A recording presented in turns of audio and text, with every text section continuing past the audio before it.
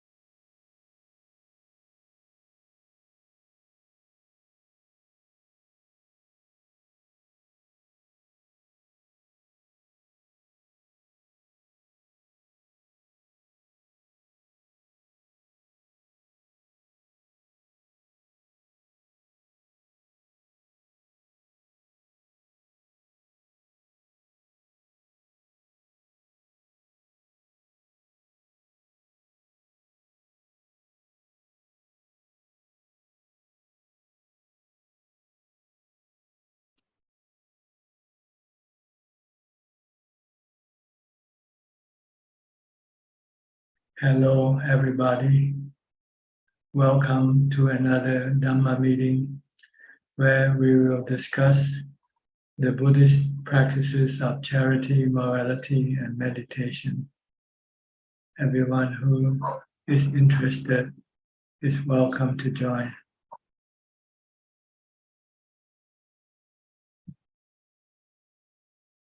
Let me get myself positioned. And our first participant tonight is Kwan Lee Man, staying at Wat Yan.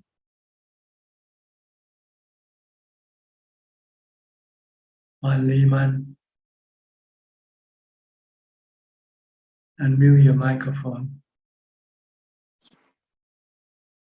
Okay, you can speak now. Ajaan, I will continue with mindfulness. I don't have any question yet. Okay, how far have you gone? Yeah, it's very quiet and peaceful here. Yeah, it's very easy to practice. Okay, And you should also meditate whenever you can. yeah, I do walking and sitting. I do walking and sitting. Okay, don't talk to your friend if possible. Only talk when you have to. Okay. All right. Yes. Good. Thank you. Next, Eugene from Taiwan.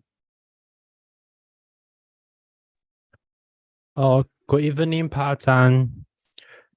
Today I only have two questions. The first one is, how much or what kind of confidence should a meditation practitioner have? Confidence. You should have confidence in the Buddha, Dhamma, and Sangha. Ajaan means the faith, F-A-I-T-H, to Buddha, Dhamma, and Sangha. Just believe that the Buddha speaks the truth. What he teaches us is the way to the cessation of suffering. But I just wondering, confident.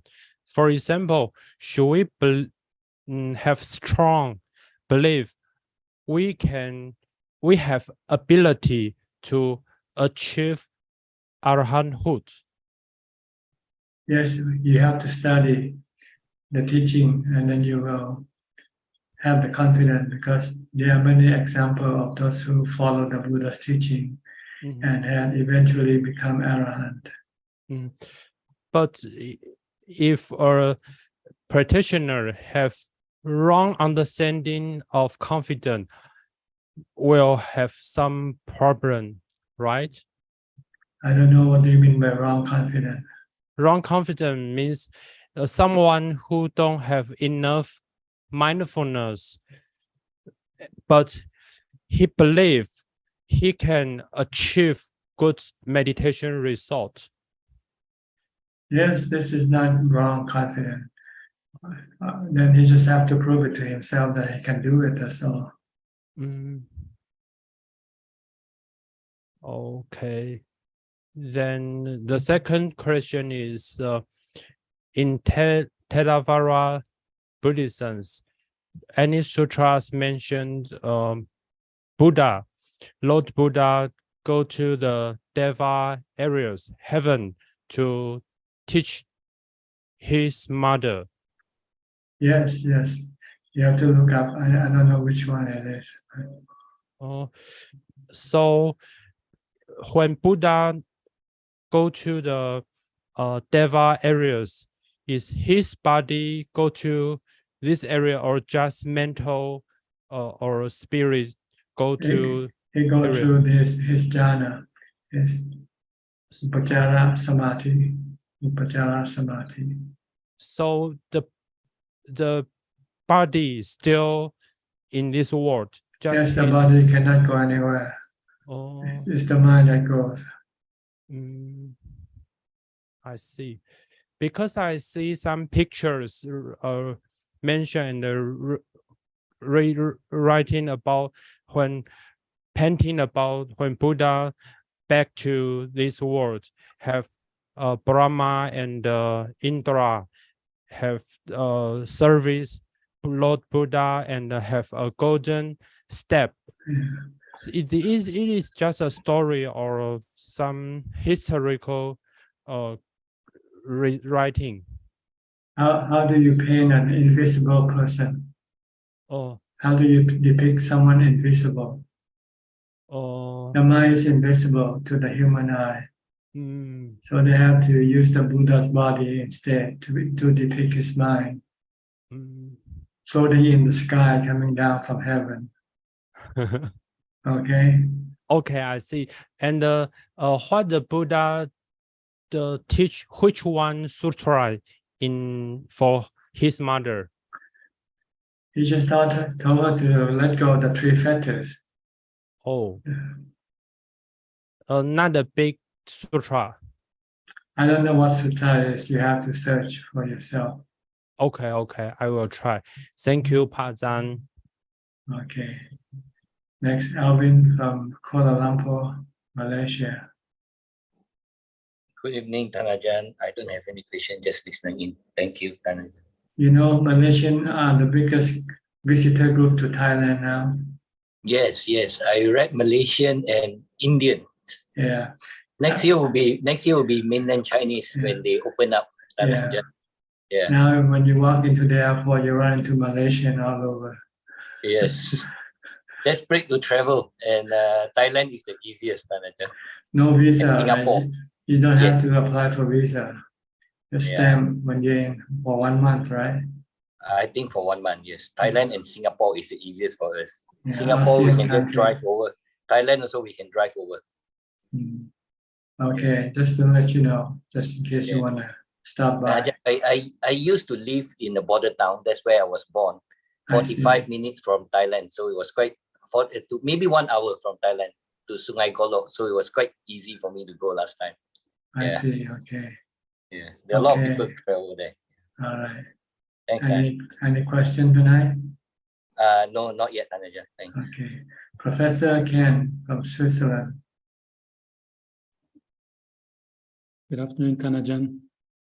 I have no questions at the moment, just listening. Okay. Claudia from Germany, from Nuremberg, if I'm correct. Yeah, good afternoon from Germany, Tanajan. I'm glad to be here today. I don't have any question, but a remark. I absolutely love the book Beyond Birth. I can't stop reading it, and it's beautiful. It's one of the best books I ever read. Good. You want to translate into German? Yes, I'm already doing it. Yeah, it's sometimes I can't believe what I read, and it's touching my heart so much. I totally admire your way. Currently, I'm reading the time after you left the United States, and so this book should become a movie. It's contain many stories, many adventures. Yeah, I admire your way so much. It's beyond words. Yes. Well, that was the time I was traveling in Europe for about 1 month. Yes. After I left the US, I stopped by Europe. I bought a Eurail pass. Free train ride for 1 month. It's just a monthly pass, second class. You can get on any time without having to buy any tickets. I Yeah. sleep on the train, travel from one big city to the next, from one country to the next on a night train. So you save the hotel bill for one night. Yeah. Yeah. It's beautiful. It's, yeah, as I said, I think it's one of the best books I ever read. Well, So thank you so much Thank you. for sharing. Okay. All right. Let me go to Anura and Ramya from New Zealand. Yeah. Good evening, Ajaan. Thank you. So I don't have a meditation question, Ajaan, but I heard from one of the Thai, Ajaan said that some of the bad spirits could possess meditators in the first. So I don't think so.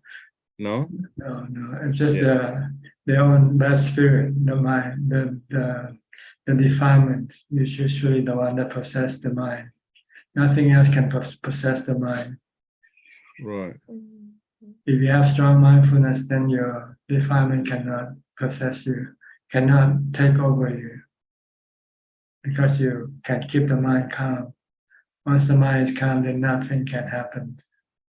But when your mind is not calm, then the defilement will start to generate all sorts of images or things in your mind.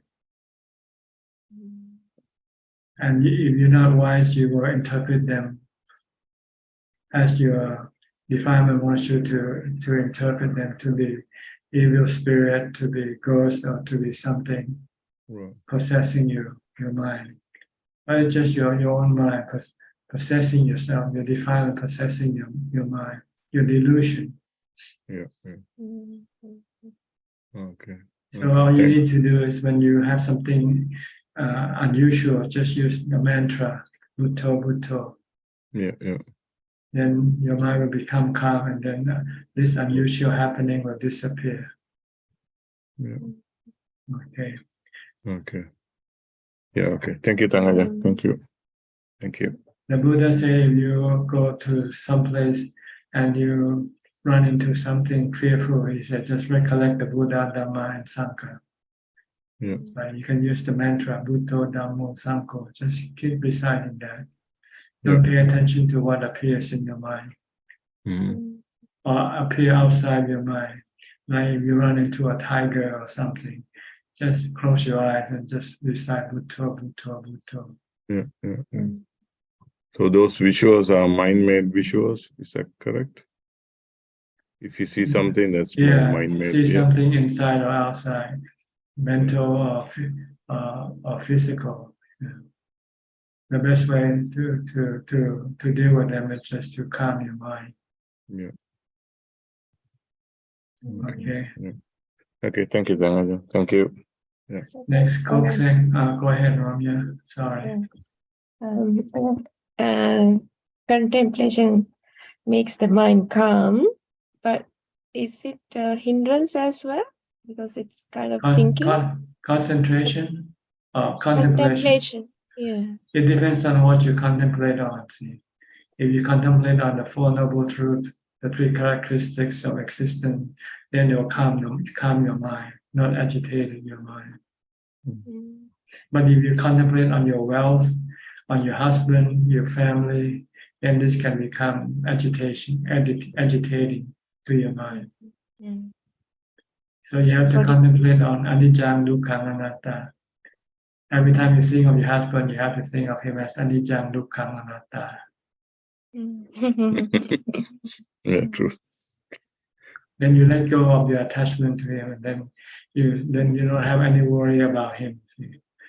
If you don't see anicca, dukkha, anatta in him, then you want him to last forever, stay with you forever.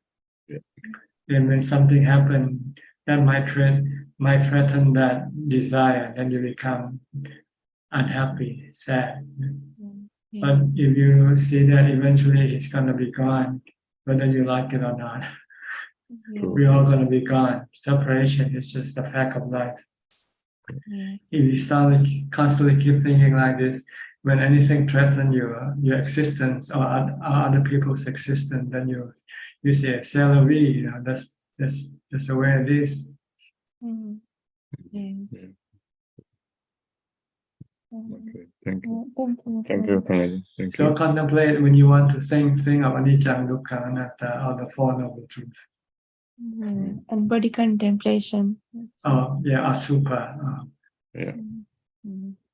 four elements. These are the things that you should contemplate on. Yeah. Okay. Thank you. Thank you. Thank you, Tanajan. Thank you. Next, Coxing from Singapore. Oh, yeah. Good evening, Prof. Ajaan.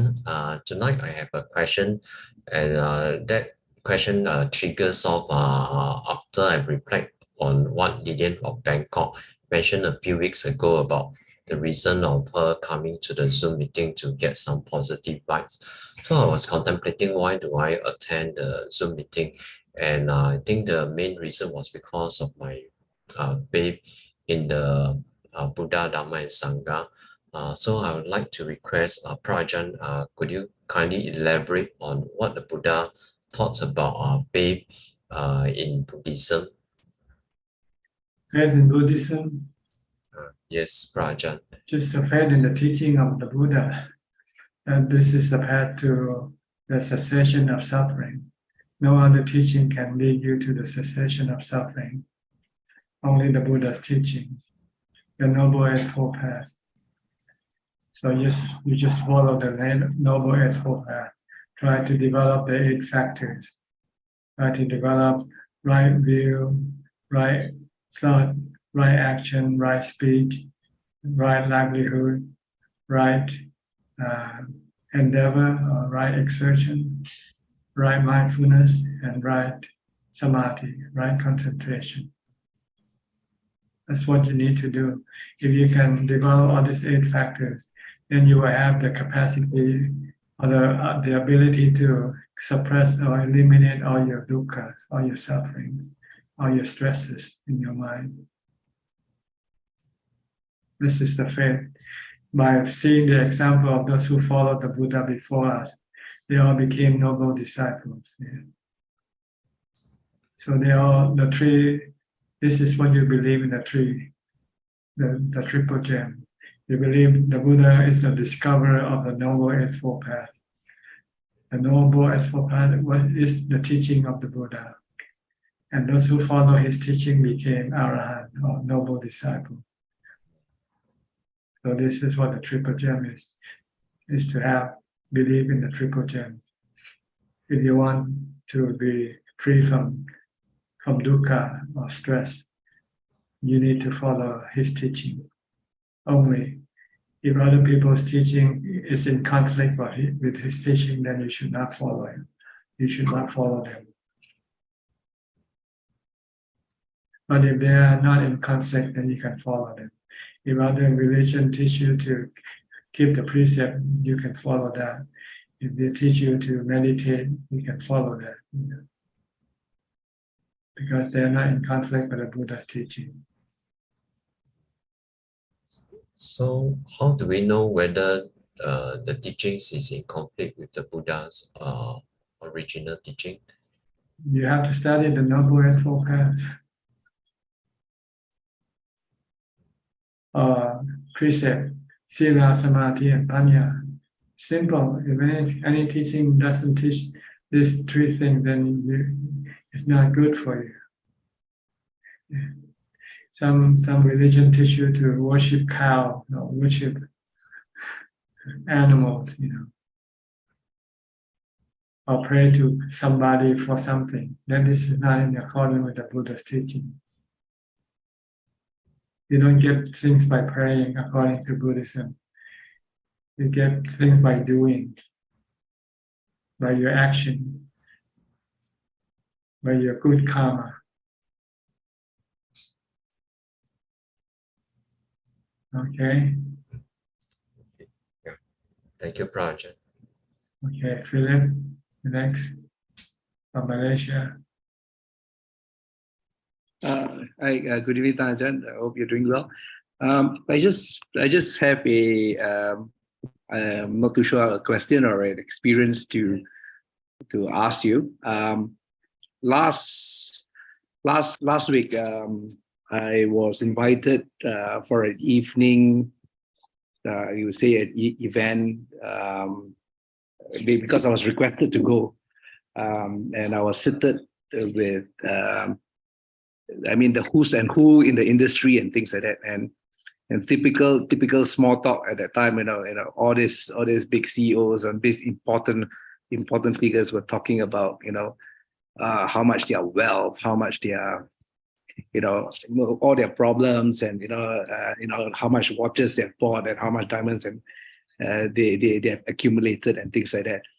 And as I was listening, I mean, all of a sudden, I felt that my mind pulled back away from the body, and just was observing everything, and started to contemplate that all this was an illusion, and they're just chasing everything.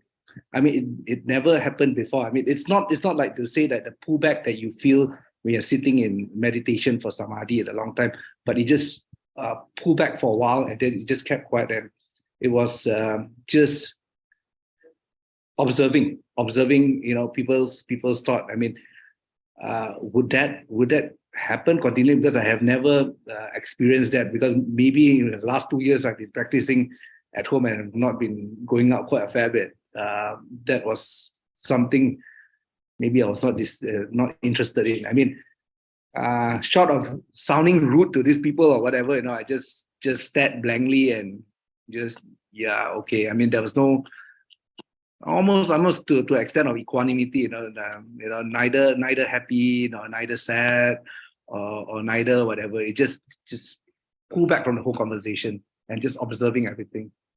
Yes, it's the consequence of your mindfulness practice. Okay. So sometimes it doesn't happen when you practice, but sometimes it happens later on. When the condition is right for you, when you don't feel like engaging, then suddenly maybe the mind will pull back and just observe rather than engage with the conversation. Right. So it just happens like that. I mean, it's not as deep as the one where you do a formal sitting meditation, but it just pulls back as if like you're watching yeah. This is give you a foretaste of what you will be like when you keep on practicing. You will be a little bit distant. You keep distant with everything around you. You just merely observe or aware and not really engaging, only unless you really have to. Right. Or you can say this is what equanimity is like.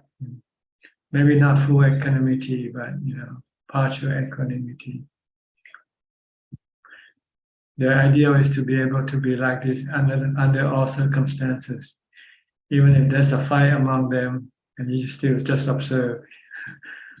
Yes, correct. And not get excited from what you are observing. Yes. Yeah. I mean, by right, I should excuse myself to not go on this one, but sometimes yeah, the company requires me, or someone has requested me to show up. Yeah, it's just a matter of courtesy. You have to do things, not that you want to do, but you have to do due to your position. Yeah, correct. Okay. Yes. So try to do this as much as possible. When you're ever engaging with people, if you find that your presence is really not necessary, and then you just remove yourself mentally. Yeah, correct. Yes. Yeah, because I told them, I said, yeah, I know that's not necessary, but I said there are a lot of new people that they want to meet up with me, and I said, yeah, okay. You are there, but you're not there. This is correct. You're I mean, there physically, but mentally you're not there.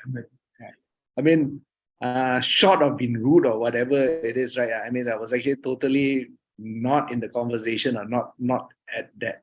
The body is there, but Yeah. the mind is just calm, you know. The mind also there, but the mind is not engaging. You're just Yeah. watching the sound. I think yes, correct.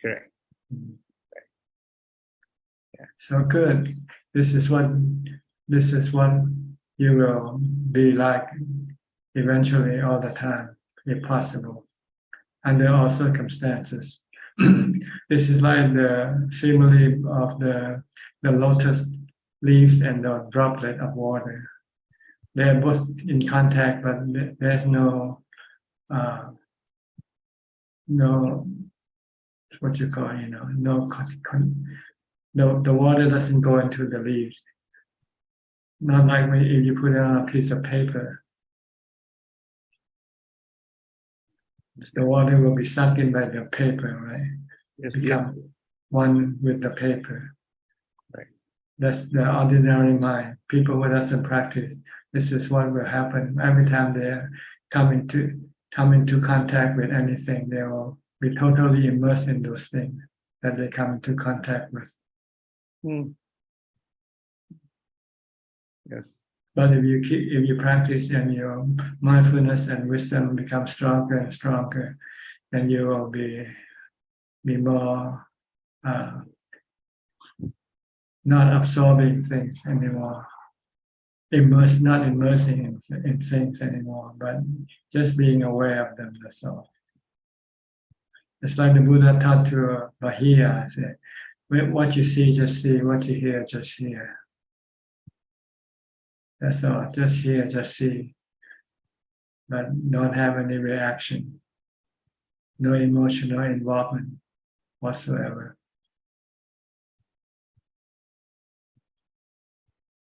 Understand, Ajahn. But the ideal thing is to do this when you are under dangerous situation, things that might threaten your life, and if you can remain like this, then you're safe. So that sometimes you might have to expose yourself to some form of danger to see if your equanimity is strong enough to deal with those things. Like monks have to go live in the wild forest, surrounded by wild animals. Sometimes you might just come across them, and then you will find out how you react to those animals. Right.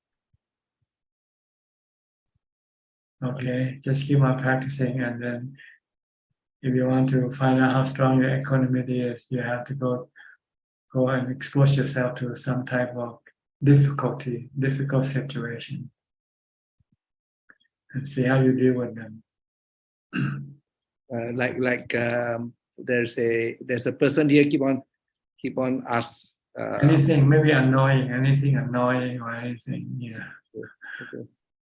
There's someone keep on asking that is meditating your place and there's a big cobra somewhere. Yeah, this comment always comes out. Meditating up near the snake cave or something at your temple there. Then always there's like a cobra or something like that. Yeah. You want to test your mindfulness and wisdom, whether it can contain your mind or not. Not to react with fear or illusion. Another question I have to ask is like, Ajahn, when you are doing in deep meditation, the mind khandas, right, are not moving, right? They are basically they're reduced to almost zero. Maybe sankhara, your thoughts stop, and then your vedana, sanya, sankhara, vijnana also stop working. Right. So this is because of the deluded mind when a normal person, which is an enlightened person, comes in contact with a feeling, and he may or she may thinks it's good or bad, or an experience, and it forms these memories, and therefore it is all, I mean, it's all a delusion that they're living in, as not seeing as it is, right? Well, it is real, but it's not real, you know. Yeah. It's there, it's happening, but it's an illusion you're seeing. Yeah. Because by their nature, because of their anicca nature, the temporary nature. But if you don't have this understanding, you will think that this is something real, and you are involved with this thing. You know? That's an actor. But in fact, the real actor, there's no actor. There's just knower. So I mean, is it Ajaan? Is it similar to? I mean, when I was younger, I had a friend, and we used to do painting, and one day the teacher gave us a red chili to paint, and he painted it green chili, right? And the teacher scolded him and things like that. And you know, why did you paint a green chili and things like that? And he said, no, it's actually red and red. But later on, we found out that he was actually colorblind. That's right. Yeah, so he thought that the thing was actually red, the green was actually really red. So yeah, to him the red is green. Yes. So it's just a matter of perception, how you see things. With a deluded mind, you see body as human or animal, as a person, as an ego possessing that body. But if you contemplate on the real thing, the Buddha said there's no self in the body. It's just being possessed by the mind, deluded mind, and act as if there's a self in that body.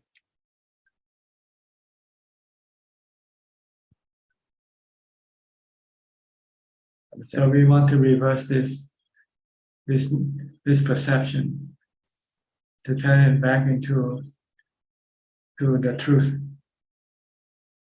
There's no self in anything, no self in the body. There's no self in thinking, in feeling.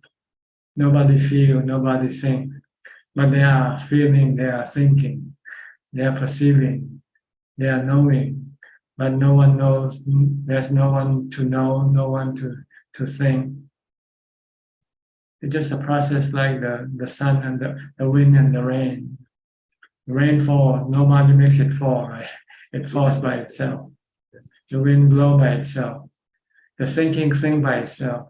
The perceiving perceive by itself.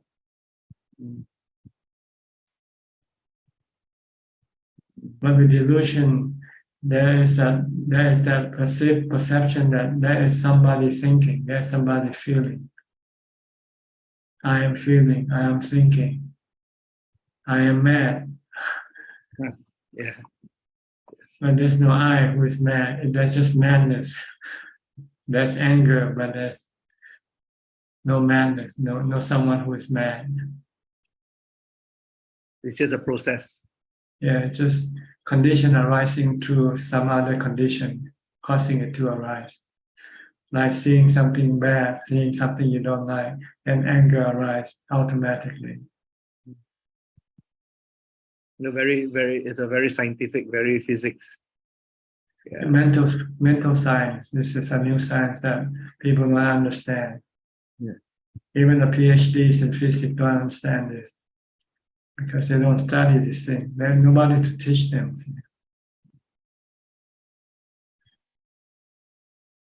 And unfortunately, religion has been hijacked by the ignorant, and they turn the religion into something like rituals and something mystic, something not capable of being understood. You know, when in fact it's like science. It is.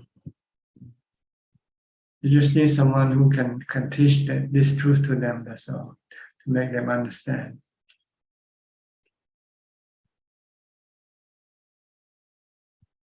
Understand, Ajaan? Okay. Thank you. Thank you. All right. Next, Christine Koe from Penang, Malaysia. Good evening, Ajaan.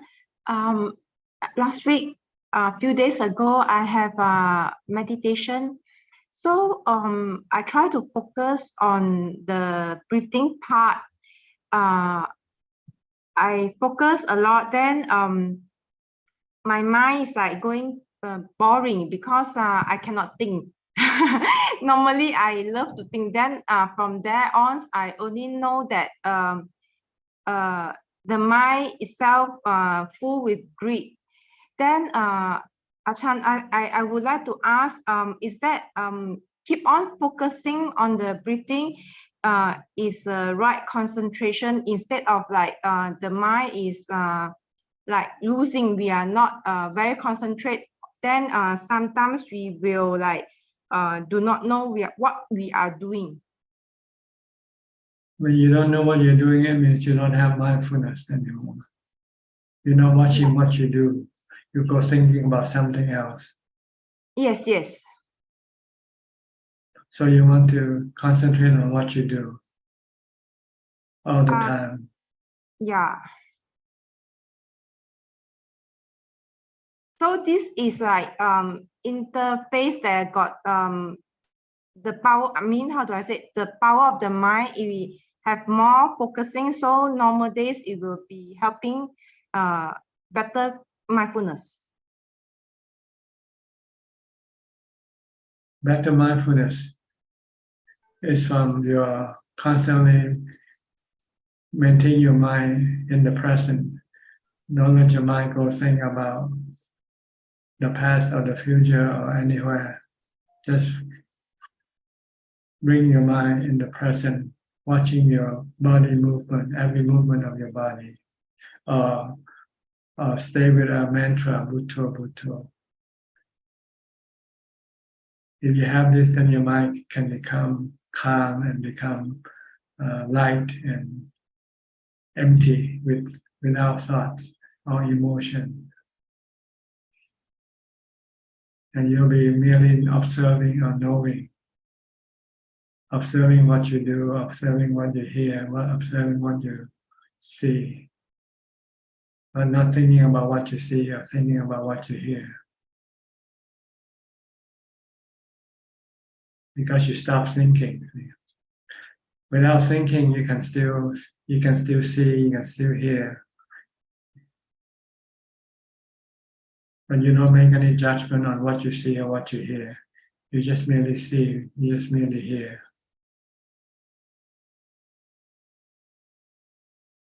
Just keep on practicing mindfulness. This is something you cannot be explained. This is something you have to experience by your mindfulness practice. Because previously, when I do meditation, when I do sitting meditation, I easily fall into bhavanga stage, and it's like half awake, half sleeping. It's not sleep, but it's very comfort zone. Yeah, sleep. Half sleep is considered sleeping, not mindfulness. Okay. Oh, okay. Not full sleep, half sleep is sleep. Yeah. It's like very enjoy without thinking. That's the mistake people thought. They thought that this is samadhi, but this is not. So they never advance to anywhere. Every time they sit, they just get to that state and they stop there because they're so comfortable. Yeah, very comfortable. But you don't have anything. You don't have any mindfulness. You don't have any equanimity. Oh, okay. So still focus. If really into meditation, sitting meditation, we have to focus on one pointedness. Right. Just focus on the breath if you can. If you feel you're falling into this pavanka, then you should pull it out by reciting Bhutto, Bhutto, Bhutto. Wake yourself up. Okay, I shall try. Thank you, Okay. Ajaan. All right. Okay, Alfredo from Brazil. Alfredo. Hi, Bante. How are you? Okay, my breath is more or less. You're still breathing. You're still breathing. Okay. Yes. Don't stop breathing. Okay. Oh, yes. In meditation is important to notice breathing. Not for Jana. Somebody said that if you can breathe, you can meditate. Yes. You can be mindful. Today, yes, today in Brazil is holiday. Holiday? What national Yes. holiday? Yes, Republica Day. For what reason? What occasion? Republic. The founding of the Republic. Yes, yes. Like 4th of July for America. Huh? Oh, yes. Independence Day. Huh? Yes, yes, the same. Same thing. Okay. Yes. Well, do you have any celebration in the country? No. Any fireworks or anything like that? No. Brazilian people is not a very political people.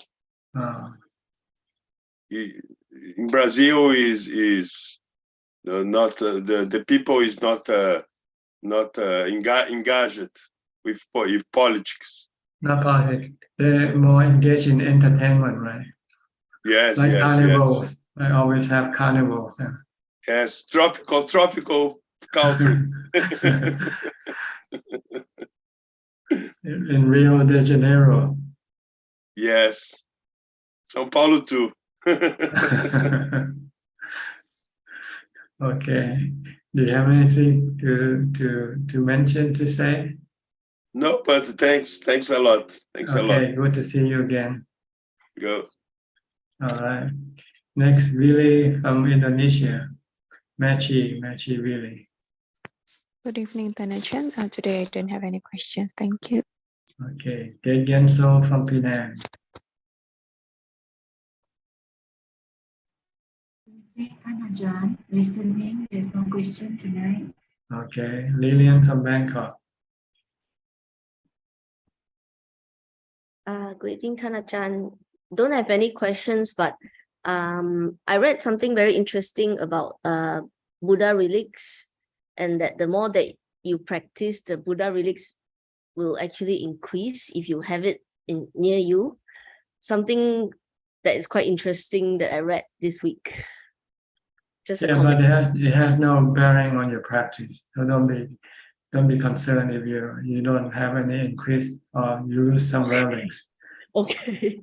Because sometimes you can lose them also, not increasing. That's true. Because it's also anicca. Anicca is also anatta. Okay. It can decrease also, that means. Right. It can decrease, it can increase. It's anatta. You cannot control. Okay. But it's quite interesting to know that. Yep.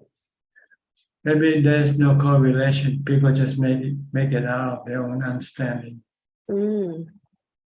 I did wonder whether there is, but just happened to read it and didn't take much notice, but just acknowledging it.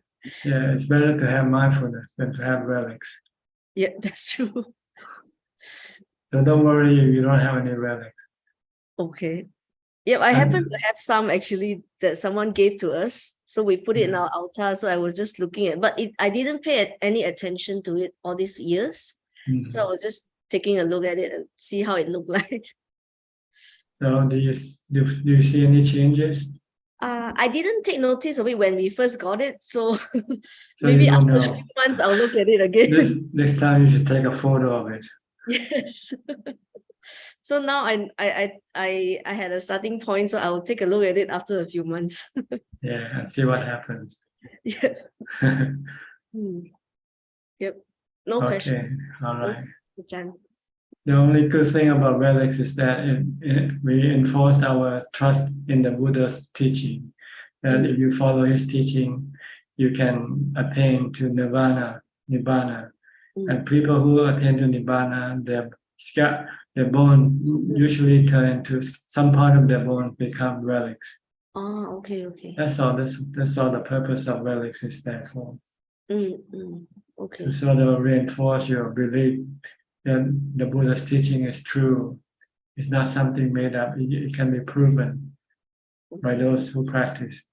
Those who practice can become noble disciples, and after they die, their bones will turn into relics. Okay. That's all. That's what the purpose of relics are there for. Okay, understand. Mm. Thank you for your explanation, Ajaan. Okay. Next, Mandy from Canada.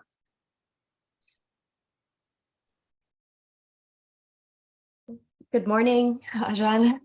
How are you?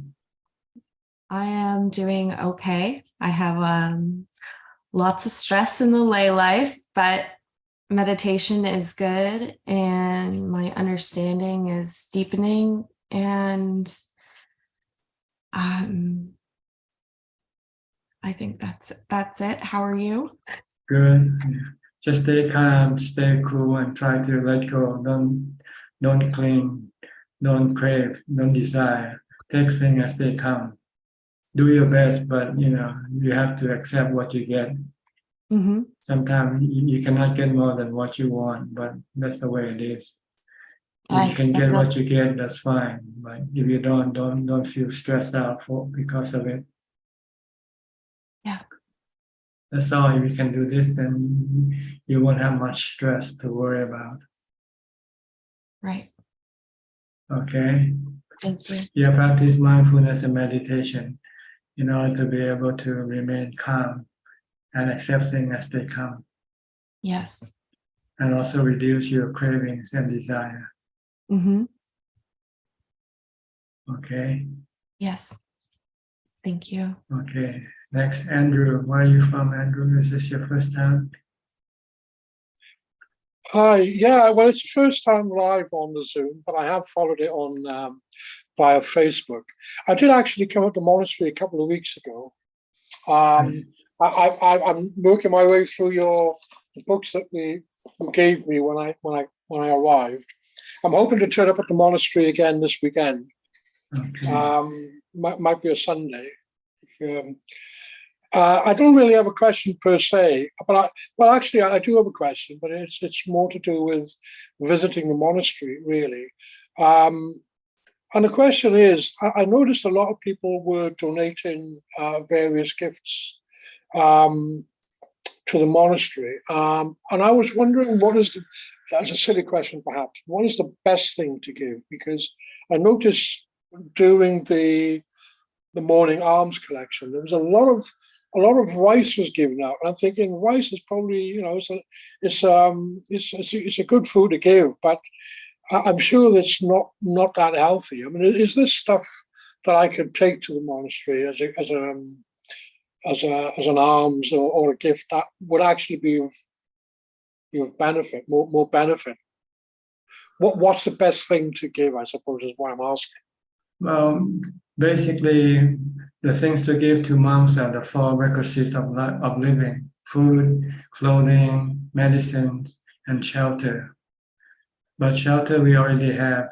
So what we really need is just food, really. And or just things that you use daily, like toothpaste, toothbrushes, soap, and things like this. Yeah. Okay. So things that you normally use, we also use them also. We have to have rooms, we have to have racks, Yeah, have okay. toothpaste, soap, and razor blade to shave our head, things like that. Okay. Yeah. Okay. But things that we don't use much is the thing like ropes.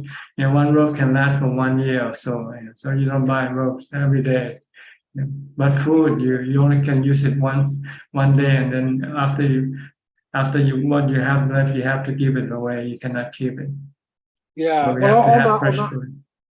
On that point, there is a supply shop actually just down the road. I'm on South Pattaya Road in Pattaya, and literally 100 yards is a Buddhist supply shop, and they've got alms bowls there. They've got robes, Don't buy those things because they are more ritual things. And we can hardly use them. Buy them, go to the shop like you're shopping, buy soap, buy toothpaste and things like that.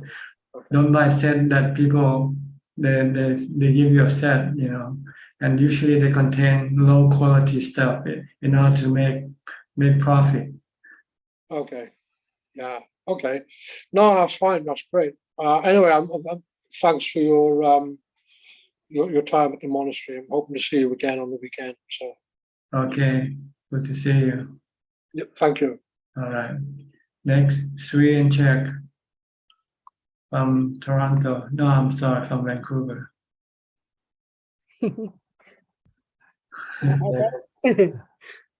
Getting old.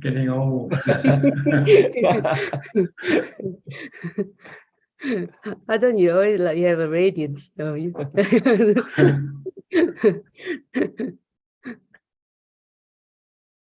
Ajaan, I have a question.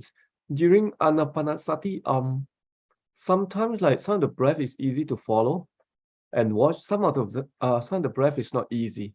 Why is that? Like, because your breath can become subtle as you sit, as you progress. When you first started, you can easily watch it because it's coarse, you know. You're breathing hard, but as your mind become calmer and calmer, and your body become more restful, then the breathing start to slow down, so it become harder to see it. Oh, okay. So just be aware of the truth of the truth of the breathing.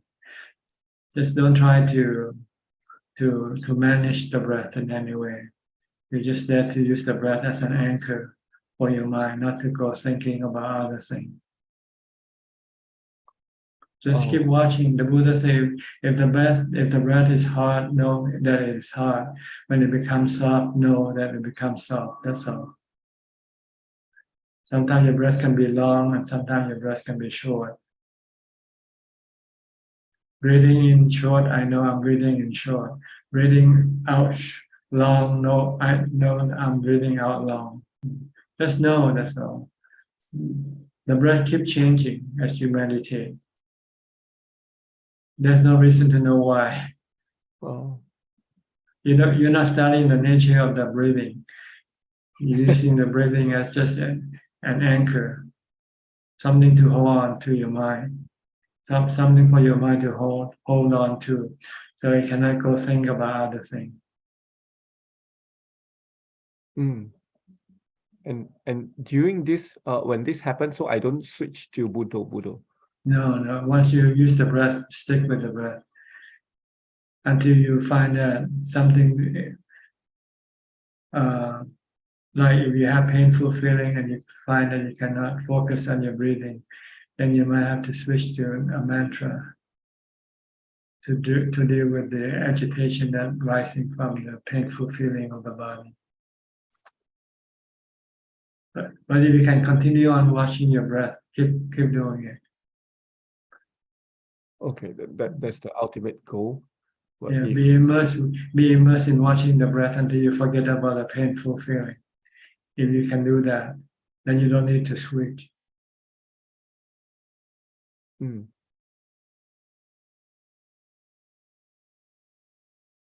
Okay. Yeah. How about you, Jack?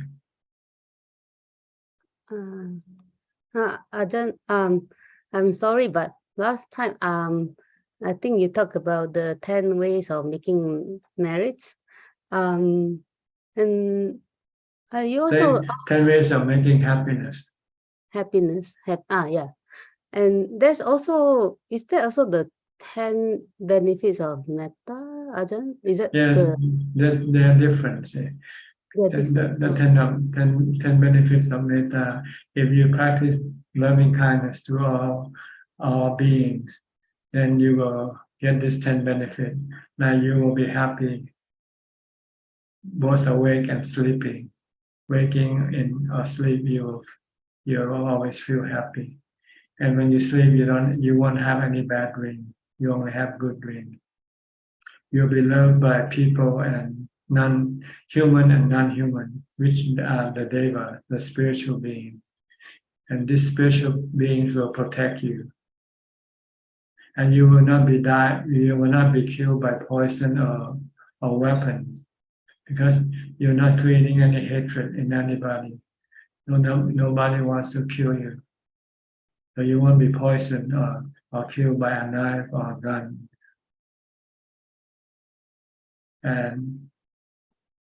And you will, if you meditate, you will find that you can enter into jhana easily. And when you die, you will die peacefully. You will not be delusional when you die. And after you die, you will go to either nibbana or some heavenly realm, depending on your practice, how much you have practiced. So this, I'm not sure if they all contain the 10 or not, but pretty much around there. You have to look up there. You can search in the internet for the benefits from loving kindness. 10 benefits. It's different from 10 ways of making happiness. Metta is one way of making happiness. Yeah. Practice loving kindness is one way to make you happy. Because if you have loving kindness, then you can give, right? When you see people suffer, you can help. When you have other people, this is you're making yourself happy when you do this. Not hurting other people is another way of making yourself happy. When someone did something bad to you and you can stop your anger and not hurting other people, and you can feel happy. Yeah, and I don't have to, hit my husband when he says something I don't like. Then you feel happy. Because if you hit him, you'll feel bad, right? You'll feel sorry afterwards. Okay. So if she feel happy if she hits me, then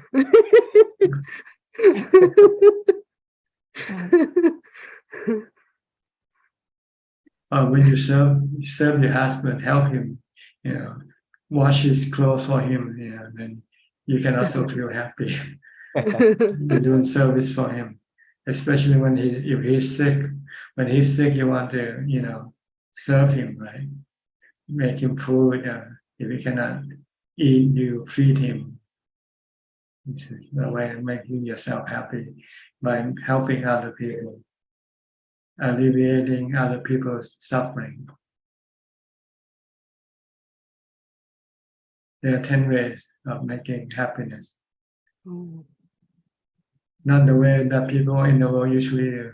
For them, the way to be happy is to make more money. Like winning a lottery ticket, or getting a raise, or getting promoted, or go on holiday. But this can be addictive, and once you get it, you want more. And when you cannot get more, then you become sad and unhappy, even though you already have a lot, but you still want more. Once you get 1 million, you want more than 1 million. And when you don't get it, you feel bad. But not with the way that the 10 ways of making happiness. If you cannot do it, you won't feel bad. If you cannot serve your husband, you won't feel bad. It's not addictive. It doesn't cause you to want to do more. You only do due to situation or condition require you to do. When the condition doesn't exist, then you don't have to do it. Like if you see somebody who needs help, you help that person. But you don't have to help that person all the time. Once that person can help himself or herself, then you no longer have to help. Or you can have a limit on how much you can help. Once it's beyond your limit, then you stop.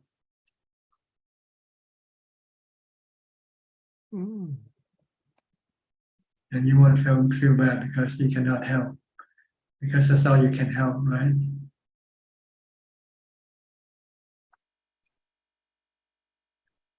So, if you want to be happy, Buddha said, do charity like dana, or keep the precept, or meditate, or do service to other people, help other people, be a volunteer, go to a soup kitchen or something and work as a volunteer there, rather than go to a movie or go to a fancy restaurant and have a meal. Go work in a soup kitchen better. You will feel better. Yeah. And you save a lot of money also. If you go to a fancy restaurant, you will be addicted. The next time you want to go to another fancy restaurant. Eventually you'll run out of money and you will be in trouble.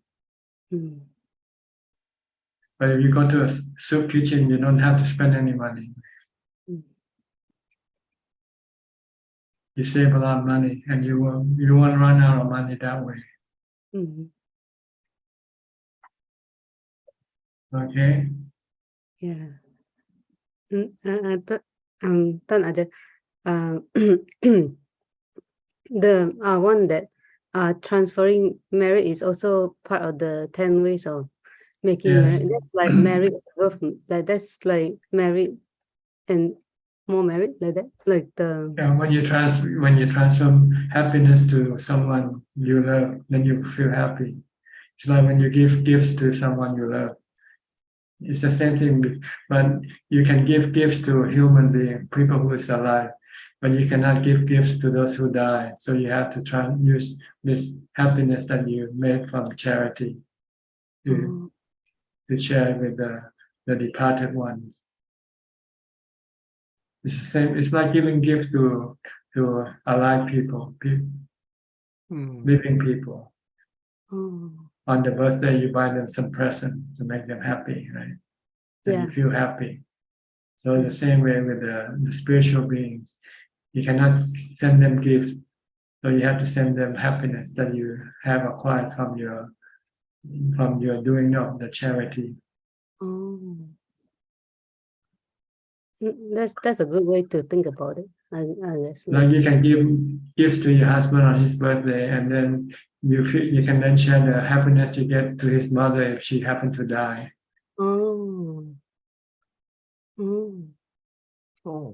That's really cool to think about that. Okay. Yeah. And then it'll give you twice happy because you help both people, help your husband and help his mother also. Wow. Yeah, that's really beneficial to think about it that way. Well, that's the Buddha's way of truth. That's what the Buddha discovered and teach us. If we want to make happy without having any problem, then do this 10 types of happiness. You can be happy in discussing Dhamma, like right now, or listening to Dhamma talk. This is also another way of being happy, making yourself happy. That's why you're joining this room, right? Yeah. Because it makes you feel happy, right? Yeah. If you feel stressful, you won't join this room.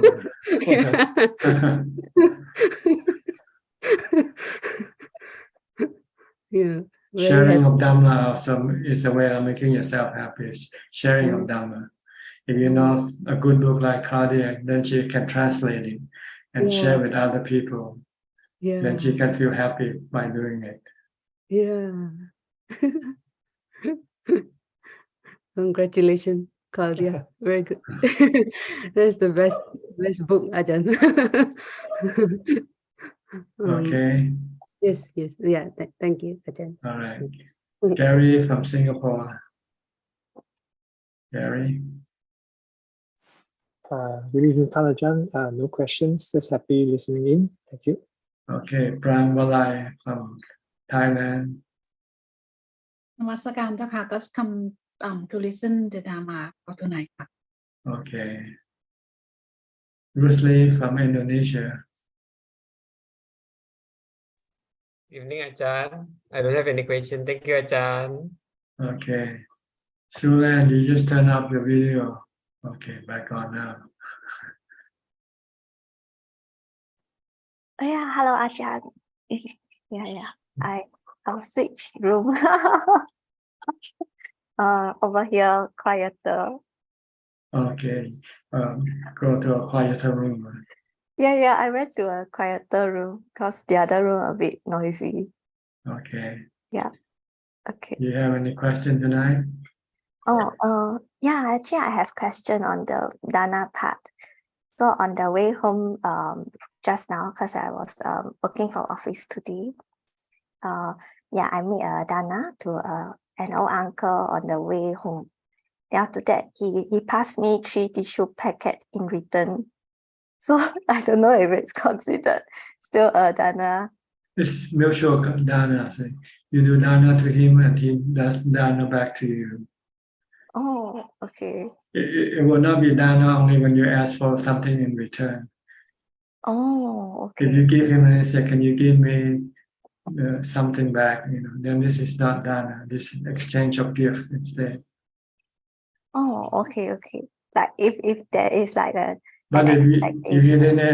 didn't ask him and he wants to do dana back to you, he can do that also, and you can accept it.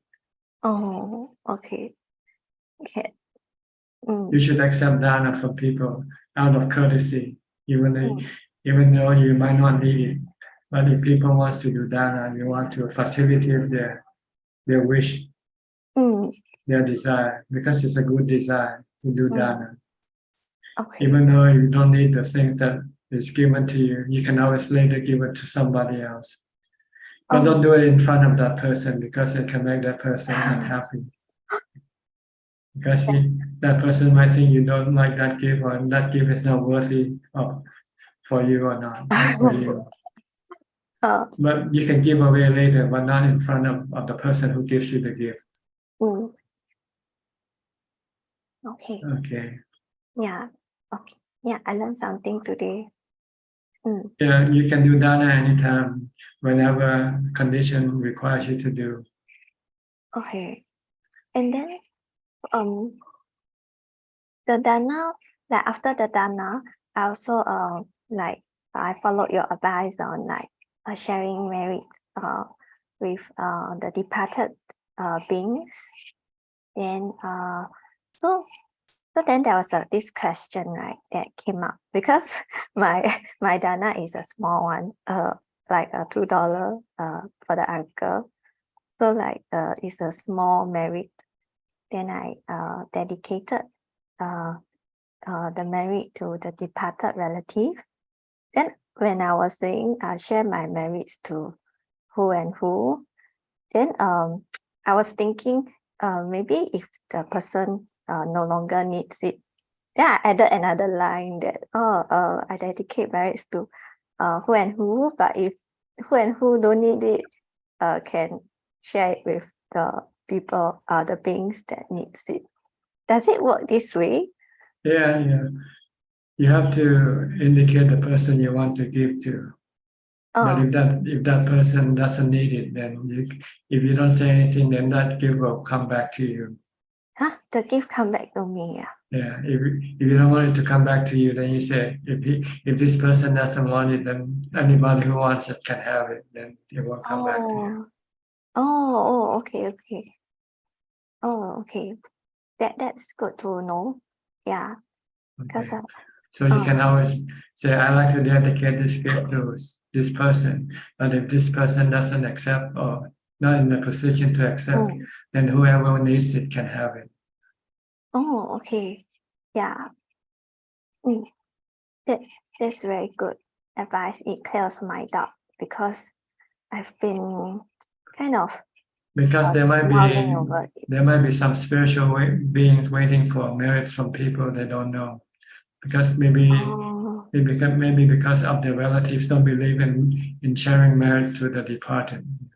So they might have to rely on the Buddhists who share merits to the departed. Oh, okay. I see. Long time once a year he will make a big marriage, big dana, by inviting all his disciples to do dana, and then share it to any spiritual beings of their choice, or those who have no relatives also can come and accept this marriage. He did this on the anniversary of his mother's death every year. I think it was during May, during the month of May. Wow. Wow. So meritorious. See, if he does it alone, then it's very small, but he has a lot of disciples. So then he just invite them to join his merit making. So it's a way of encouraging people to do merit. Yeah. Then I kind of realized that while making merits, I mean while giving like charity, then it does make me feel happy. Yeah. Okay. So you should feel happy by just giving to the person already. Yeah. Okay. Anything else? Just this for now. Yeah. Okay. Belinda, you want to talk? You turn off your video, maybe not. Let me see. Oh, here she is. Belinda from Singapore. I'm not in very good shape. Again, you have no mindfulness. You let yourself overwhelm yourself. So stop thinking when you don't feel good. Stop thinking. Keep reciting Bhutto, Bhutto, or keep chanting. Only take half an hour so that you'll feel better. If you keep your mind from, if you let your mind keep thinking there, you're creating more stress as you go along. So you have to stop. It's like a snowball, you know. The more you let it think, the stress becomes bigger and bigger. So you have to stop it.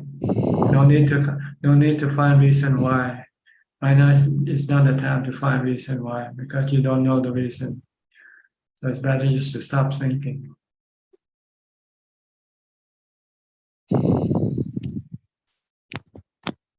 When your mind stops thinking, then when you feel good, then you can look things in a different light, in a different angle, and you can understand why. You'll find that the reason of your stress is because of your desire to solve something or to do something that you cannot do. That's all. Once you stop this desire, then your problem will disappear. You cannot solve everything. Sometimes you just have to let go, and when you cannot, there's nothing you can do anything about it.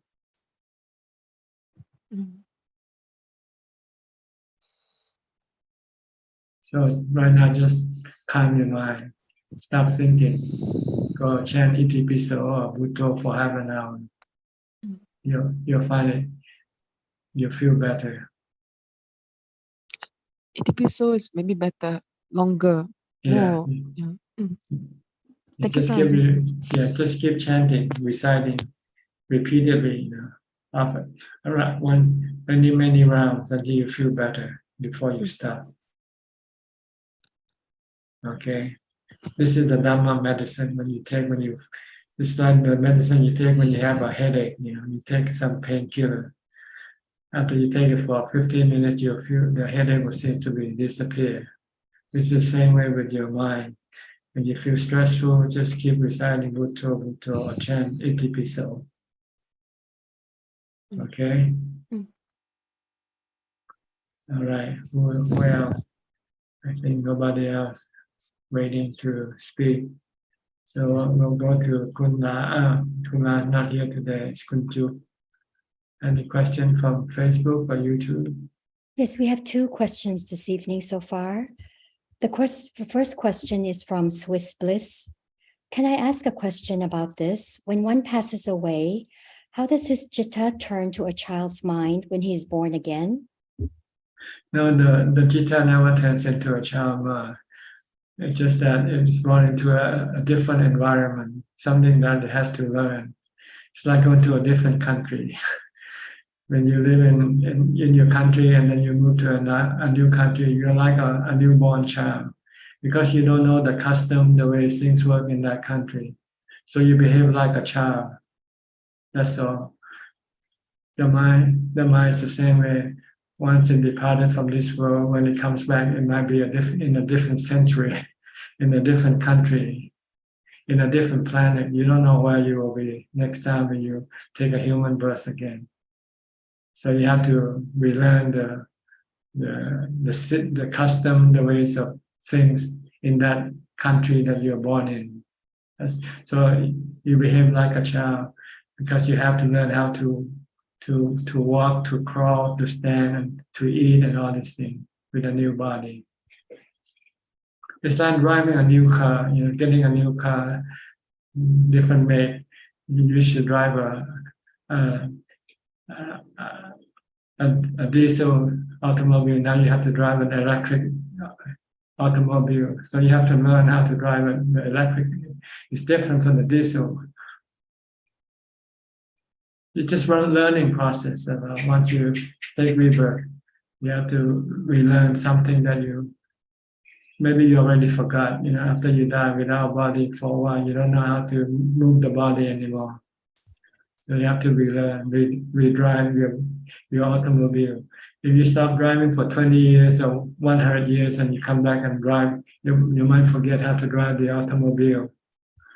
Your body is just like an automobile, a new automobile. That's all. The next question is from Liberty. Bhante, I've learned from other monks that we need to be careful of the non-original teachings of Lord Gautama, which contradicts the original intention. Study Dhamma, meditation, stay aloof to reduce sensual desires. Is this true, Bhante? Well, how do you find out which is the non-original or original in the first place?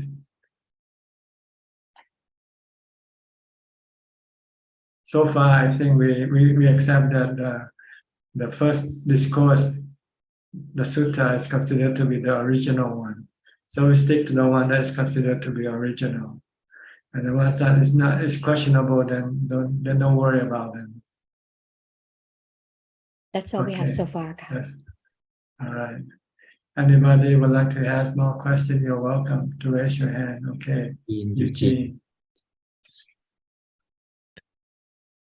Ajaan, because our classmates, Dhamma friends, ask the merits. If we offer monks or offer some temple, then we got some merit we can share to the dead people. But in Taiwan, some people have this kind of thinking. I don't know if it's correct or not. They think if we make a small merit, but dedicate for too many dead people, then dead people will not satisfy. They will get angry. For example, he just offer 100 baht to a monk, but he dedicate for a grandpa, grandmother, the dead people in the war, Ukraine, and so on. A lot of this kind of dead people. Then some people dream about the dead people, didn't satisfy about the small merit.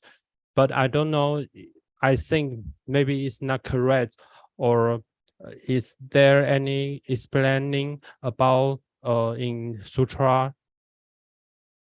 Well, normally when you make merit for people who die, you usually make just for that person only, not for the entire community of departed people, because you only give a little. How can you share with 1,000 ghosts, It's only for one ghost that you're supposed to be sharing with, that's all. Oh. But you are greedy, you want to share to the whole universe of ghosts, So Be realistic. How can you share $1 with 1 million people? Oh. You share $1 with 1 people, okay? That's all. You don't share with 1 million people. Oh, because how to say that Mahayana Buddhism, they have some explaining. They say if your heart is pure or your motivation is not for yourself, just for your family, you are very open for many sentient beings, then your merit will become bigger or more powerful to offer more dead people. But what's the correct view in Theravada Buddhism? If your heart is pure, can you transfer $1 into $10?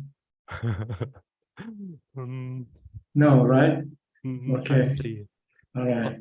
So some people do small merit, but also too many people get bad dream. The goals not satisfied. It's not his thinking. Sometimes it might a true. I think this is our imagination. There's no proof to what they say. So just use logic. Just use logic. Have $1, you just don't want just to give to 1 person. You don't want to give to 10 person and expect 10 person to get $1 each. You have to divide up. So the correct way, for example, today I offer 10 months, so I can dedicate it for 10 goals. It depends on how much you want to dedicate, how much for each goal you want to dedicate. But we cannot not understand what goals satisfy. Normally, you only want to dedicate to someone you personally know. Okay, I see. Because some people that not very close, he never saw about that. For example, a car accident in the newspaper, then they have compassion, want to dedicate for them.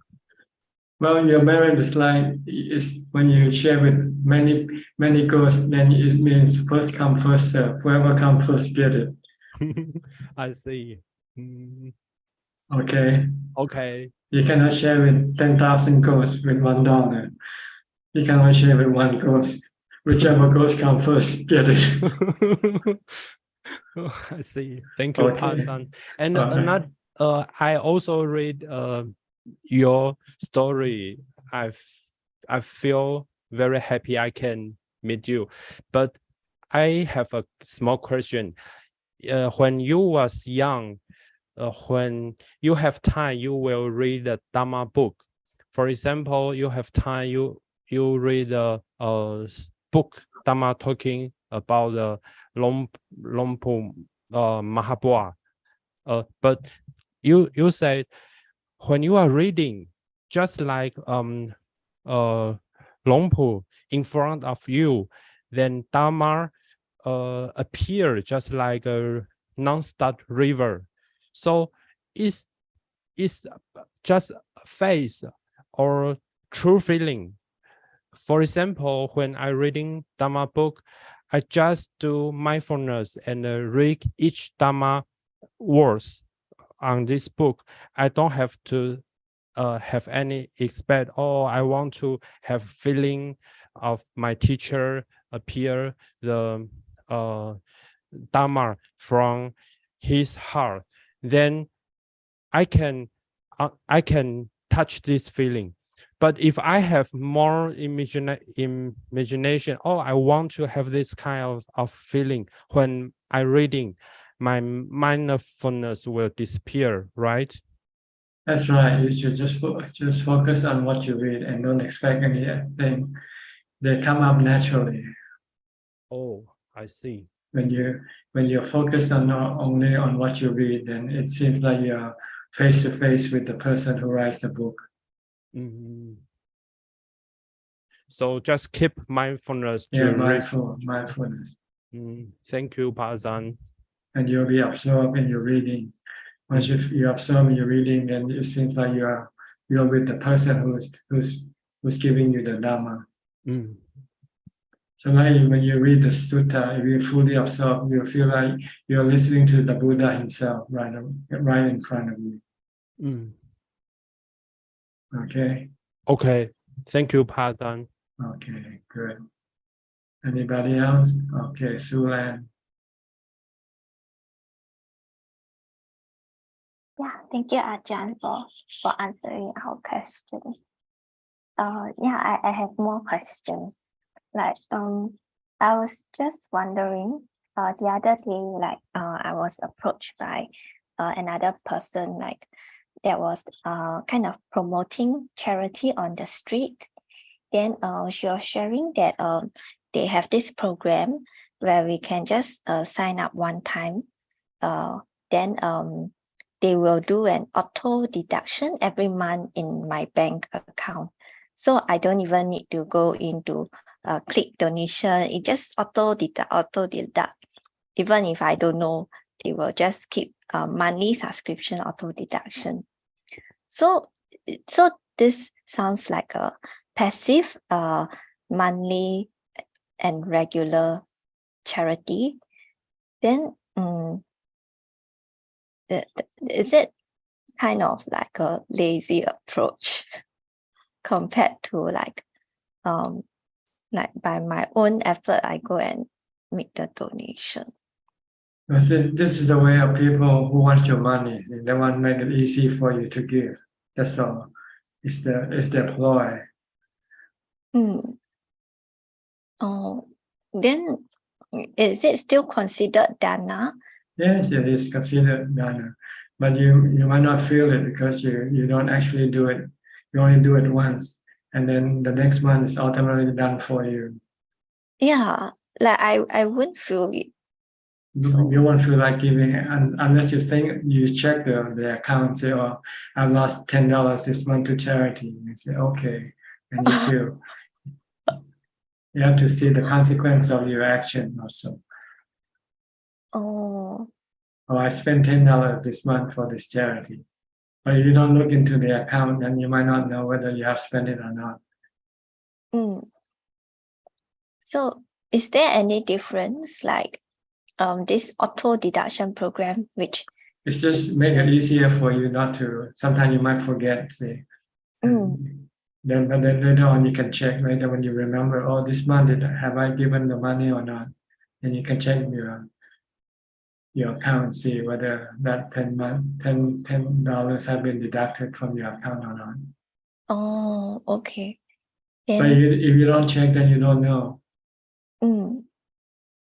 Oh, okay. It's like writing a will that you want to give all your money to a temple after you die, but you don't know whether you have given or not.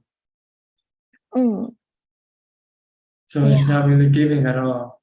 If you give something after you die, because you cannot feel the result in your mind.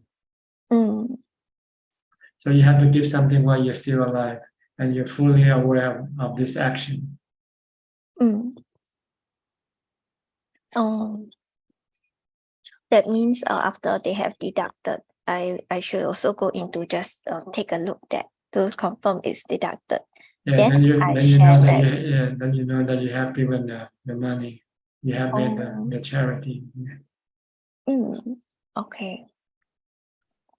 If you look at the account and the money hasn't been deducted yet, it means you haven't done the charity yet. Okay.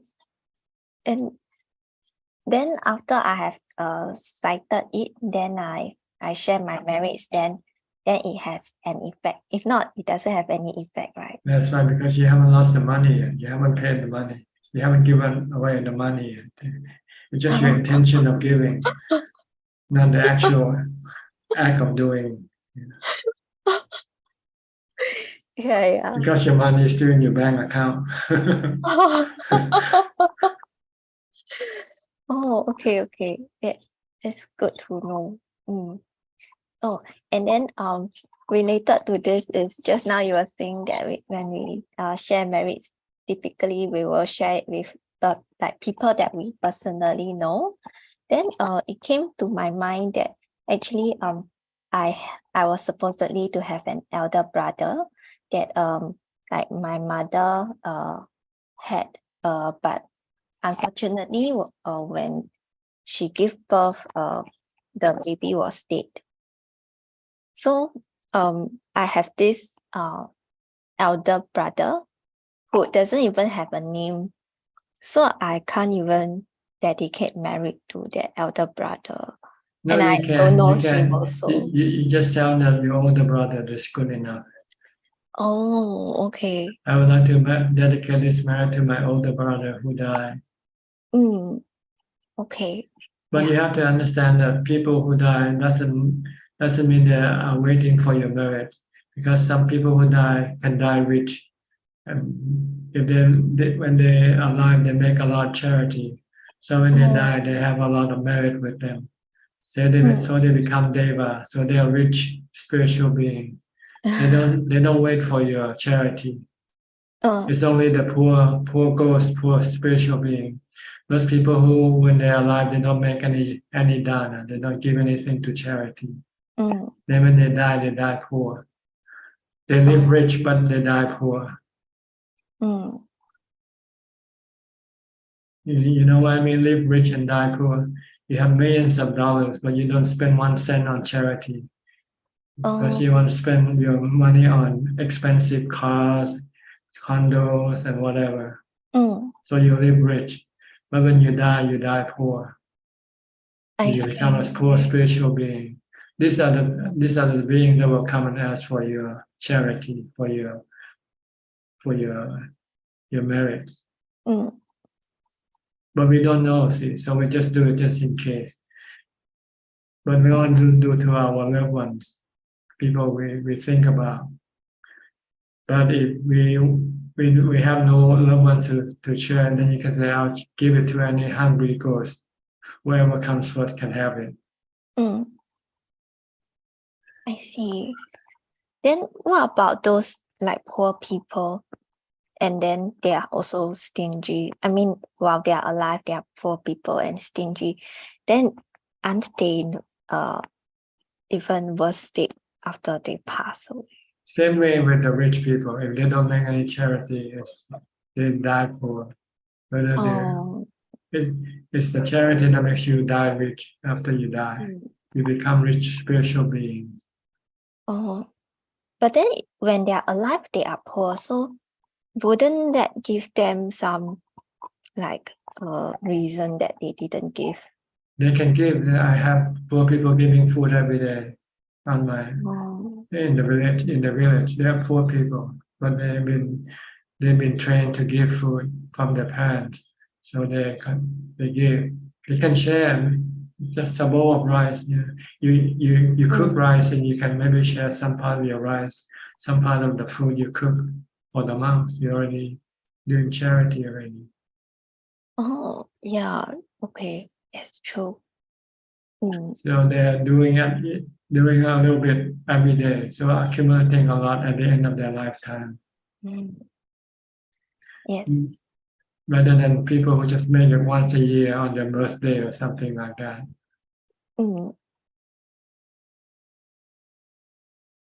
Okay. Okay. Yeah. Thank you, Ajahn. It's very good. Okay, we have a latecomer, Disaya from Thailand. Do you want to speak? Sadhu. Good evening,ท่านอาจารย์. Can you hear me? Yes, any question? Yes, I just have one question about all the fragrance and the perfume, because I love to wear perfume every day. And could you please tell me the reason why it is included in the 8th precept?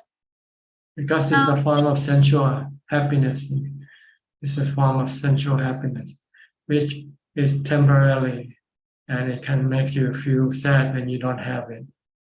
So it's better not to become relying on this type of happiness, because sometimes you might run out of money to buy perfume. Then what you do?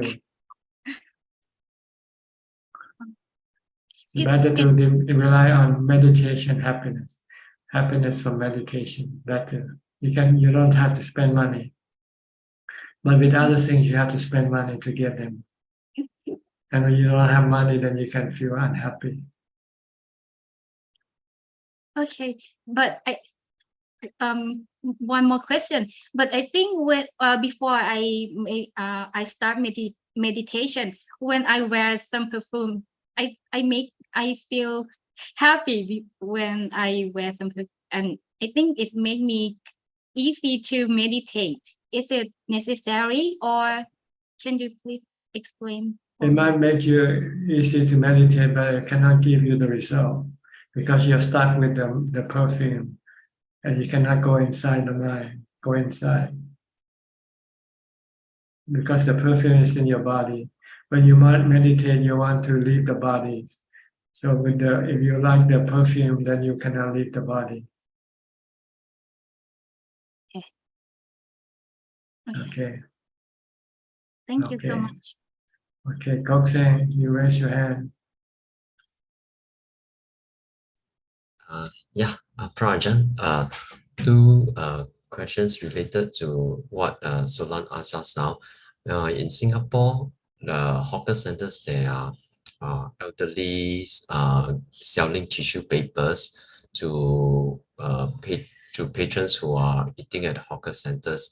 So my question is that do we actually do we buy the tissue papers from them even though we do not need the tissue papers? Because if it's for charity, it's up to you. You might not need it, but you buy it anyway just to because it's a form of charity.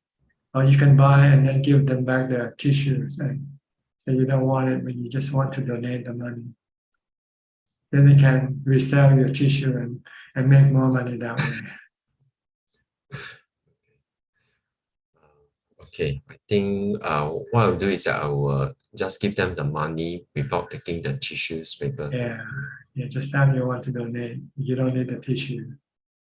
Sometimes they don't know how to get money from people, so they have to find some way to attract their donation. Like monks in Thailand likes to make amulets. This is one way of getting donation from people. If you get this amulet, if you give me 100 baht, you get this amulet. If you donate 1,000 baht to the temple, you get an amulet. So they want to have something to entice people to donate. But this is not the right way. Donation should come out from the heart, voluntarily, without any coercion. Then the second question is regarding I make donations once a month to the community chest of Singapore, which is the national so-called charity body. So I was thinking instead of making once a month, because each time when I make the donations online, I feel very happy.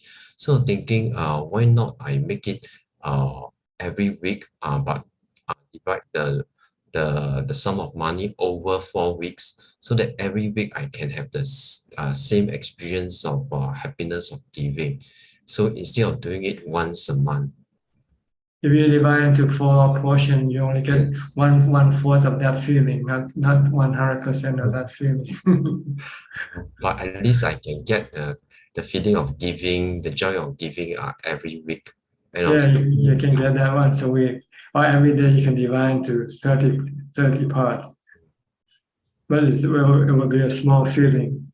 The intensity won't be as strong as you give it all at one time. So actually it ends up the same whether you give it and how you give it. It depends on the amount that you give.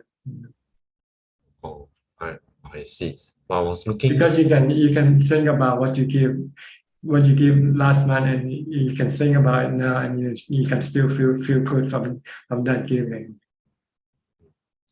Great. Yeah, and one last question.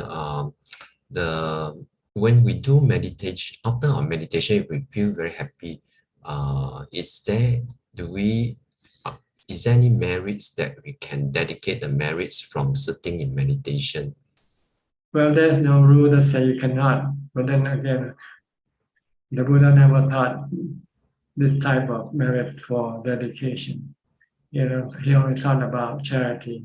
Maybe because for the majority of people, they cannot meditate, so he taught for the majority of people by giving dana to make merit. But there's no rule that say you cannot, and there's no sutta that will say that you can and equally. So I cannot give you this answer whether you can or not. You can try, it doesn't matter. If you feel happy, you can share it. Okay, yeah, that's all. Okay. Next, Kunju, Facebook or YouTube. Yes, we have two more questions. The first question is from Alex Lim. Does mindless donation contributes to mindfulness? Mindless donation. Contributes to mindfulness. I don't think so. Mindless is mindless. No. Whether what kind of mind, when you say mindless, then it means it's not mindfulness. It's the opposite of mindfulness. Okay. The next question is, when does one fight the kilesa head-on strongly, as opposed to one just calmly and firmly resisting it? Can both yield the same result? And can Ajaan please provide some guidance on this? Thank you. You just deal with them when they come. See? Just like Belinda, she had the defilement right now. So she has to somehow deal with this defilement, either by mindfulness or wisdom, until you can eventually subdue your defilement. Okay, we have latecomer Aroka. Didn't see you just now. Aroka. Yeah, can you hear me, teacher? Yes, perfectly. Good sound tonight. Good sound. Yeah, good. yeah. Finally, I bought a new telephone. I see. Like I tried before to come in through the telephone, and there was no sound, but I didn't panic. Then I came back to this, and I put this thing because I use almost 4 equipments since I came back from Thailand, and always The audio is very good tonight. Okay, so I think Mara is out of our way now. Because I think he tried to interfere my learnings from you. Thank you, teacher, for your patience. Thank you very much. You have any question tonight? Well, if it's something like that, it makes sense. The one who talked to you is not the same the one you are talking to. Well, see, the one you talk to is the one who listened, and the one who talks back to you is Sankara. Yeah. So actually, it's like a transmission, radio transmission. You have a sender and a receiver. Yes. The mind has two functions, sending out signals and receiving signals back. So the ones who know is the receiver. Yeah. Okay, I get it. True vinyana. The knower depends on vinyana to receive the signal. And it uses Sankara to send out the signal. All right.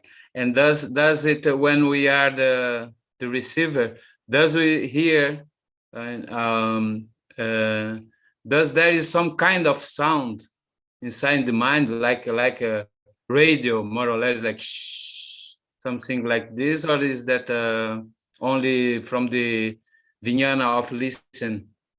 Well, many things can happen in your mind, and maybe you cannot explain why, and there's no reason to know why either.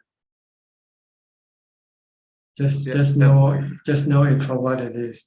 Treat it as anicca, dukkha, anatta. What I mean is difficult to translate, but when I want to get out of my persona, my character, and then I go and thinking, I mean, when I want to stop thinking, I just listen to this like a radio station, like a television when there is no program, and then you have this the screen, but you have some Sound light. of silence. Sound of silence. Exactly. That's it. Okay. It's possible that then Yeah. You can use that as your object of meditation. Yeah, that's what I Focus do. on your sound of silence. The Buddha called emptiness. There is some sense inside it, right? Some sense. I mean, the Vijnana is still work in a very low level, but it's a reference for the mind, the point of focus, right? Yeah, you can use that as your object of concentration. Okay, that's what I'm doing. That's what I find by myself, and since I find it, I can switch from, and then I just notice the breathing when I want, or just don't notice the breathing and stay there. As long as you keep your mind calm, that's the purpose of concentrating. Calm and not reacting to anything. Okay. To be out of activities, yeah. Just to be merely knowing. So no contact. That's what I'm doing. Trying. Sometimes you have contact, but no reaction to what you contact. To your contact. Yeah, that's through upeka. Huh? Then it's natural. It's coming natural. Yeah. Okay. Thank you, sir. Thank you very much. Sir. Anybody else? We have Somchai. Oh, Suchart from Pennsylvania. Hi, Suchart. What happened to you? Haven't seen you for a while. Too many I can explain. It's a good thing I try to concentrate and focus. The one you taught me how to putto, and don't be screaming and don't be upset too much. The light is changing, like I just said, like a telephone. Just let somebody else operate it. So I still remember what you taught me, and but I think so far it's okay. I mean, I passing it. So, and I gonna keep do it the way I learned from you. So thank you so much on this time. You feel better? I feel better now. Yeah, I thought I'm not gonna be so high for a while. I said, okay, this time is done. But all right. Yeah. So, thank you. Okay, good. Nothing to ask. No question. Thank you so much. Okay. So many problems. All right. Anyone else would like to ask any question? Sulan again. Okay, Sulan. Oh yeah, Ajaan, thank you for answering my question, please. I have a question, which is, sometimes when we look back at the past, then we will sometimes also look back to celebrate some of the things that was good, and then I was just wondering, is there any meaning to actually look back and celebrate or reminisce about the past, or should we just be focusing on the present? Well, see, if you want to have no stress, no problem, then you should stay in the present. Because when you reminisce, when you remember things, you can have cravings, the desire to go back. And that might cause you to start making arrangement to go back to what you wanted. And then just creating you more workload, more problem, rather than forgetting about the past, and then you don't have to go back to wherever you've been. But when you think about a good time in a certain place, and you say, "Oh, I want to go revisit that place again," then you have to have workload. You have to make arrangement. You have to, if you don't have money, you have to find money in order to be able to do what you want to do. I see. So this is not a way of making yourself happy. The way to be happy is to be in emptiness. Then there will be no craving, no desire to do anything. Then you can be relaxed. No workload, nothing to prepare. Okay. Yeah. I'm asking this also because like we are also coming to like year end. Then usually like year end we will also have year end celebration at workplace or like we will look back and say, oh, this year we have achieved this and that, and then we rejoice in it. So this is like looking back, and then looking back even at our past photos, etc. This is more of a worldly kind of habit. See, it's a false sense of happiness. It's not real happiness. Oh, it's a false sense of happiness. It's better to get the real happiness by staying in the present and making the present empty. Then you'll find the real happiness there. Okay. Everything else is false happiness. The happiness to think of the future, the trip you're gonna make next time on your next holiday, and you think it makes you feel happy, but it's just briefly and then it's gone. And when you don't make the trip, then you can become sad. So it's better not to rely on anything for happiness, except the happiness you get by being mindful, by staying in the present, by emptying your mind, make your mind empty, make your mind peaceful and calm. That's the true happiness. That's the real happiness that you can always have anytime, anywhere. Oh, I see. Yeah. Oh, and also related to this, like recently I've actually changed job.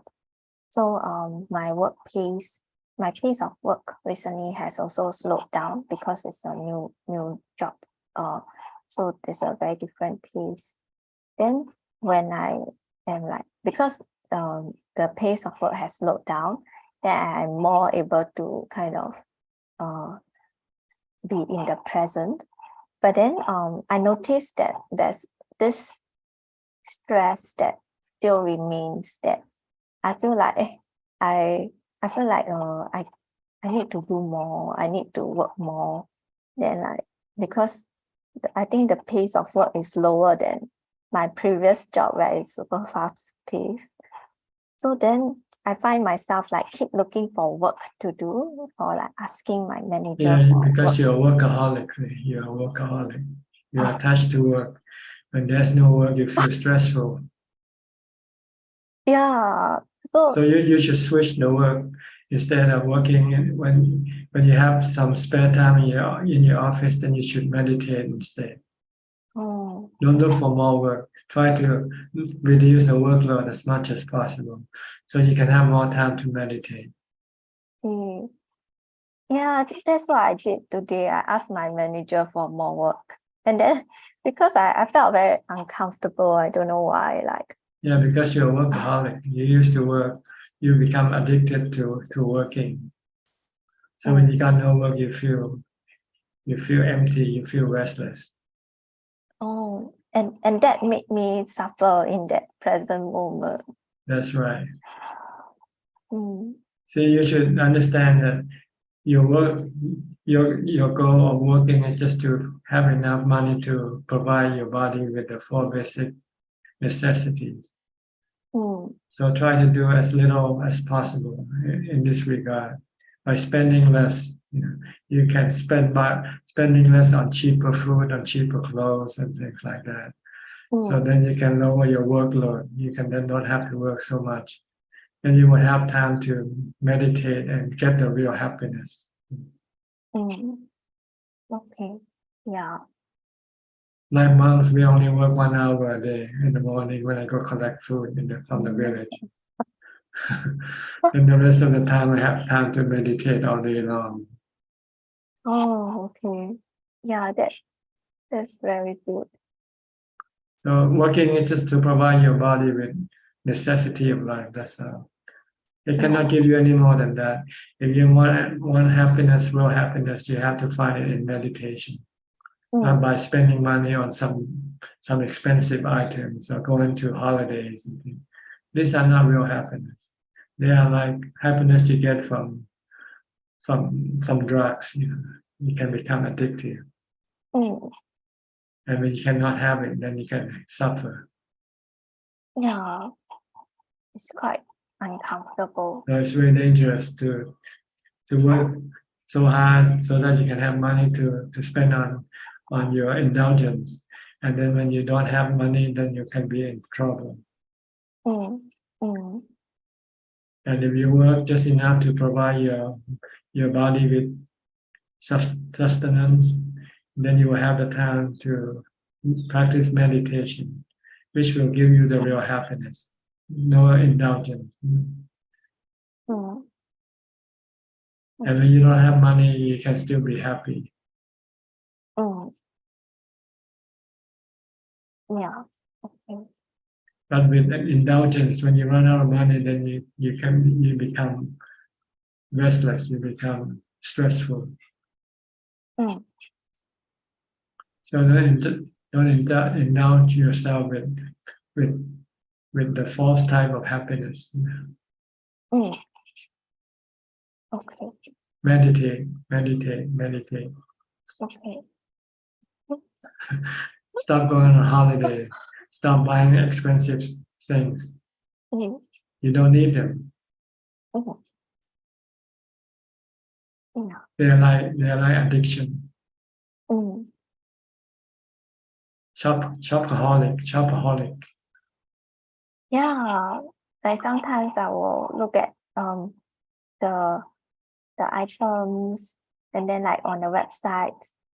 Then actually it made me more stressful because like I usually just window shopping without really buying because I will just keep thinking, oh, the items look nice to look at, but then I ask myself, I actually don't need it, so I end up wasting my time looking at them, and then I will close it. Yeah, you have some restraint. You have some logic, some sense, some common sense.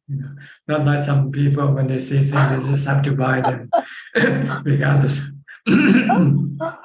Oh, All right. Stressful. Yeah. Okay, I think this is about all the time we have for today, unless anybody would like to ask the last question. Thank you. Okay, that's about it for tonight. Thank you for your participation in this meeting. I hope it helps you, benefit you, and helps you advance in your practice. In the meantime, please stay safe, stay mindful, and keep on practicing. And if all goes well, I'll see you all at the same time next week. Thank you and goodbye. Sadhu. Thanks, admin. Thank you. Thank you, teacher. Thank you very much. Thank you. Good night.